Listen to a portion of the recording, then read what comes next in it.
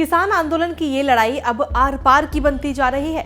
किसान एमएसपी पर गारंटी की मांग कर रहे हैं और इसे बिल में लिखने को कह रहे हैं, पर सरकार एमएसपी कह तो रही है पर बिल में लिखने पर पीछे हट जाती है। आखिर क्यों सरकार किसानों को एमएसपी पर गारंटी नहीं दे पा रही? क्या है इसके पीछे की वजह, बताएंगे इस वीडियो में।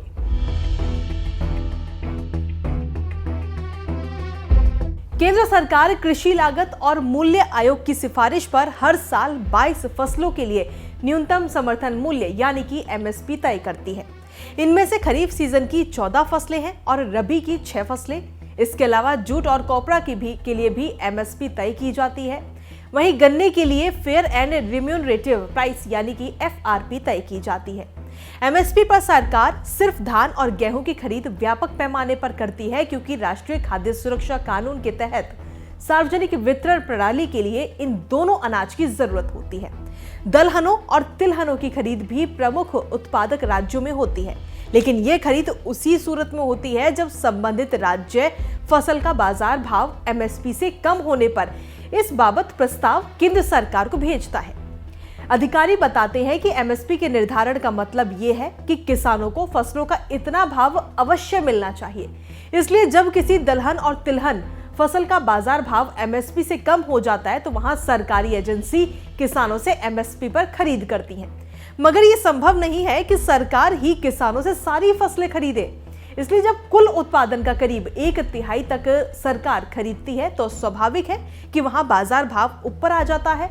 इसका किसानों को वाजिब दाम मिलने लगता है। कुछ राज्यों में सरकार मक्का और अन्य फसलें भी खरीदती है। एमएसपी पर खरीद अनिवार्य करने का मतलब ये है कि निजी कारोबारी भी इस पर खरीदने को बाध्य होंगे। कृषि अर्थशास्त्री विजय सरदाना कहते हैं कि अगर प्राइवेट सेक्टर के लिए एमएसपी पर खरीद अनिवार्य किया जाएगा तो अंतर्राष्ट्रीय बाजार में फसलों का भाव ज्यादा होने पर निजी कारोबारी आयात करना शुरू कर देगा। ऐसे में सरकार को सारी फसल किसानों से खरीदनी पड़ेगी, तो आज के रेट के हिसाब से इसके लिए सरकार को 17 लाख करोड़ रुपए खर्च करना होगा। एमएसपी पर सारी फसलों की खरीद का कुल खर्च आज के रेट के हिसाब से करीब 17 लाख करोड़ रुपए आएगा, जो कि सरकार के बजट का एक बड़ा हिस्सा होगा।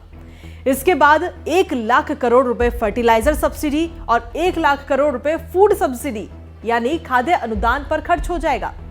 भारत सरकार ने वित्त वर्ष 2020 और 21 में 30,42,230 करोड़ रुपए के व्यय का प्रस्ताव रखा है, जो कि 2019-20 के संशोधित अनुमान से 12.7% ज्यादा है।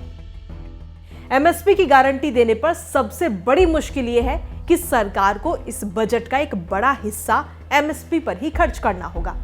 अब सरकार को अगर सारी फसलें खरीदनी पड़ेंगी तो उसके भंडारण को लेकर भी मुश्किलें पैदा होंगी।